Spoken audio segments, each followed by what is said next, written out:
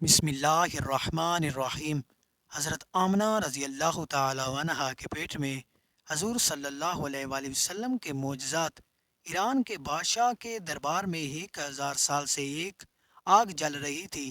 وہ لوگ آگ کی پوجا کیا کرتے تھے۔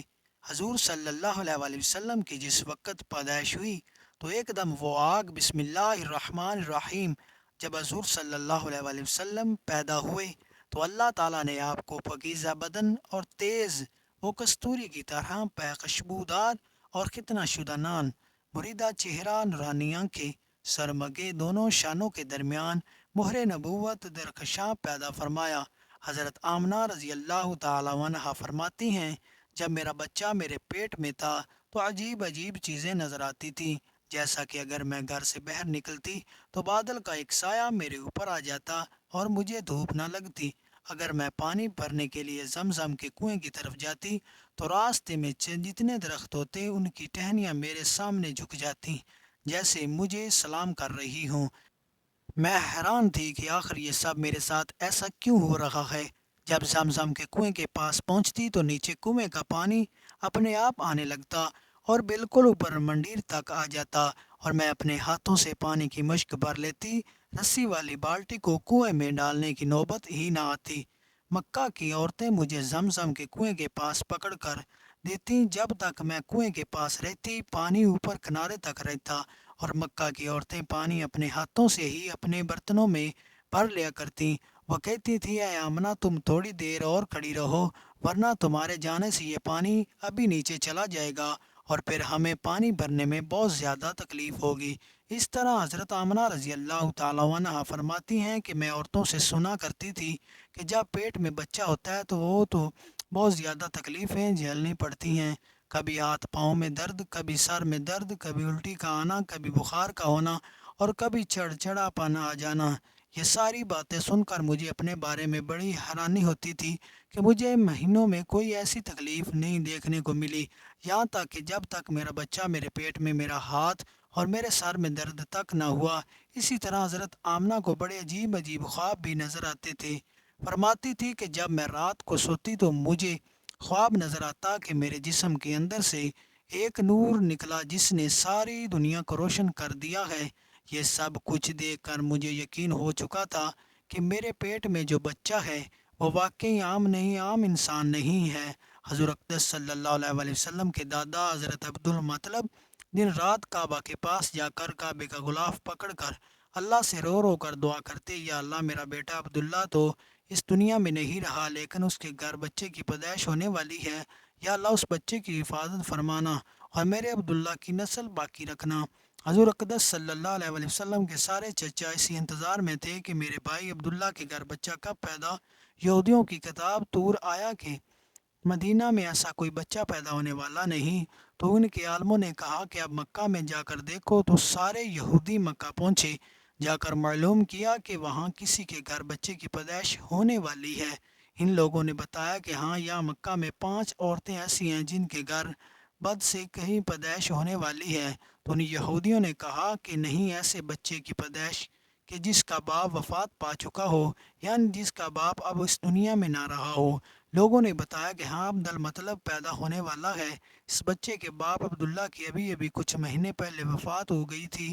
یہ سن کر یہودیوں کی آہیں نکل گئی اور وہ سب روتے چلاتے اپنے عالموں کے پاس پہنچے اور کہا، ہائے افسوس، آج نبوت یہ یہودیوں سے نکل کر مکہ والوں میں پہنچ چکی ہے۔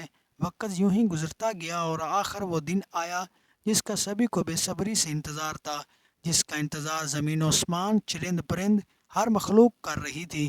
آج اس بچے کی پیدائش ہوئی تو جس کی وجہ سے اس دنیا کو بنایا گیا، اگر وہ نہ ہوتا تو شاید کچھ بھی نہ ہوتا۔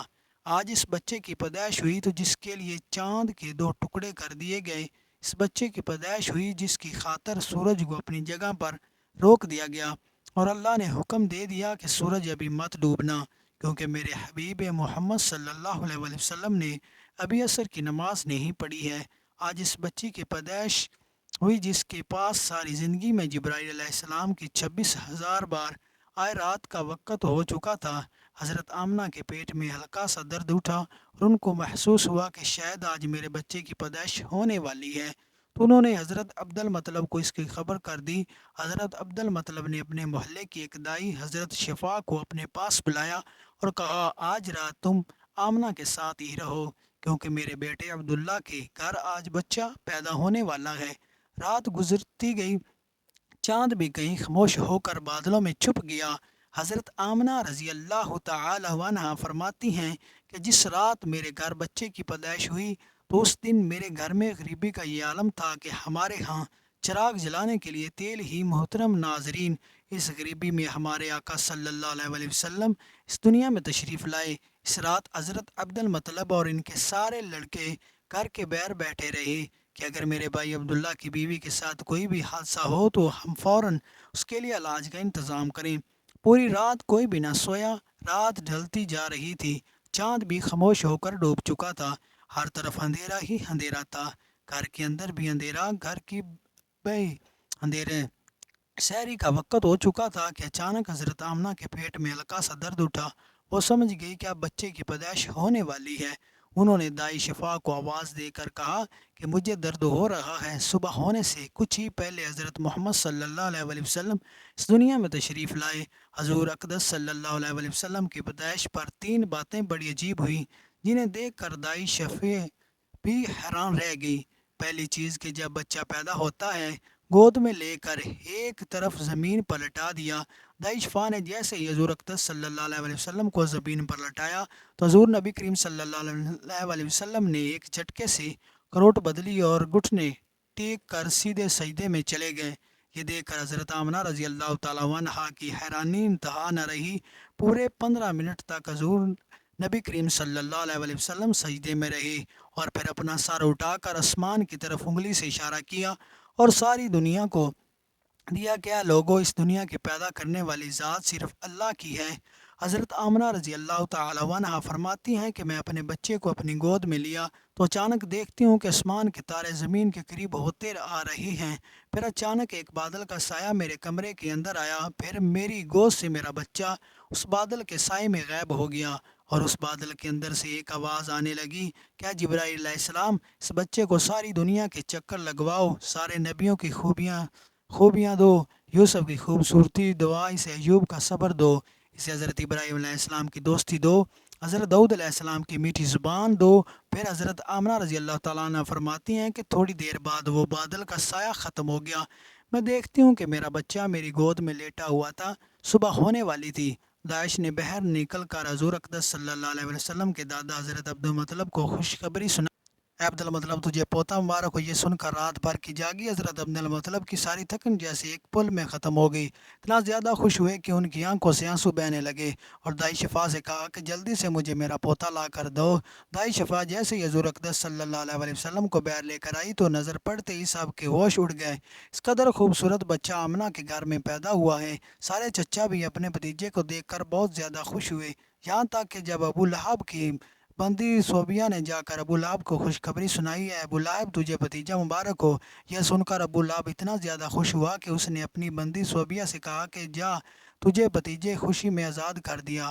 حضرت عبد المطلب بہت بوڑھے ہو چکے تھے، لیکن پھر بیمار خوشی کی اپنے پوتے کو گود میں لیے کعبے کی طرف دوڑتے چلے جا رہے تھے۔ سارے مکہ والے بھی خوش سے نعرہ لگاتے ہوئے حضرت عبد المطلب کے پیچھے چل رہے تھے۔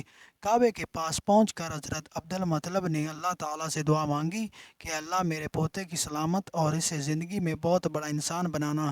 شاید عبد المطلب کو یہ نہیں پتا تھا کہ ان کا پوتا وہ انسان ہے جس کی خاطر اس دنیا کو بنایا گیا ہے۔ ان کا پوتا اتنا بڑا انسان ہے کہ اللہ نے میرا زمینوں سے اٹھا کر 7ویں آسمان پر اپنے سامنے بٹھایا، سے باتیں کی۔ ان کا پوتا وہ انسان ہے جسے مایوس دیکھ کر، اس کی آنکھوں میں آنسو دیکھ کر آسمان پر تلکیاں مچ جاتا۔ حضرت عبد المطلب کعبہ کے بہت بڑے انسان بنو گے۔ حضور اقدس صلی اللہ علیہ وسلم نے پوچھا کہ چچا جان آپ کو کیسے پتہ تھا؟ تو حضرت عباس رضی اللہ تعالیٰ عنہ نے فرمایا، اے اللہ کے رسول، جب آپ 2 مہینے کے تھے تو ایک رات میں نے آپ کو دیکھا کہ آپ چارپائی پر اکیلے پھر رو رہے تھے۔ میں نے آپ کو چپ کرانے کی کوشش کی لیکن آپ نے میری طرف نہیں دیکھا بلکہ اچانک آسمان کی طرف دیکھ کر مسکرانے لگے۔ میں حیران رہ گیا کہ پھر میں نے بھی آسمان کی طرف دیکھا تو میری نظر پھٹی گئی۔ میں نے دیکھا کہ چاند آپ کی انگلی کے اشارے پر ناچ رہا ہے۔ آپ جدھر انگلی لے جاتے ہیں چاند ادھر کو ہو جاتا ہے۔ یہ منظر دیکھ کر سمجھ گیا کہ آپ کوئی عام انسان نہیں ہیں۔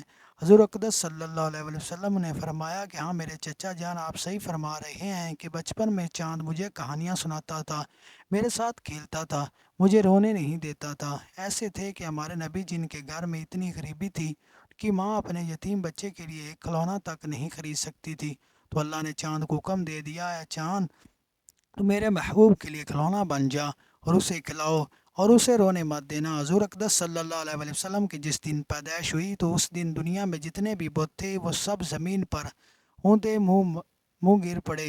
ایران کے بادشاہ کے درمیان میں 1000 سے ایک آگ جل رہی تھی، وہ لوگ آگ کی پوجا کیا کرتے تھے۔ حضور نبی کریم صلی اللہ علیہ وسلم کی پیدائش ہوئی تو ایک دم وہ آگ بجھ گئی۔ اس بادشاہ نے اپنے محل میں اپنی شکل کی 14 لاٹیں بنوا رکھی تھیں۔ حضور اقدس صلی اللہ علیہ وآلہ وسلم کی پیدائش پر وہ زمین پر گر پڑی۔ اگلے دن دوپہر کے وقت ایک یہودی اپنا کچھ سامان بیچنے کے لیے مکہ آیا ہوا تھا۔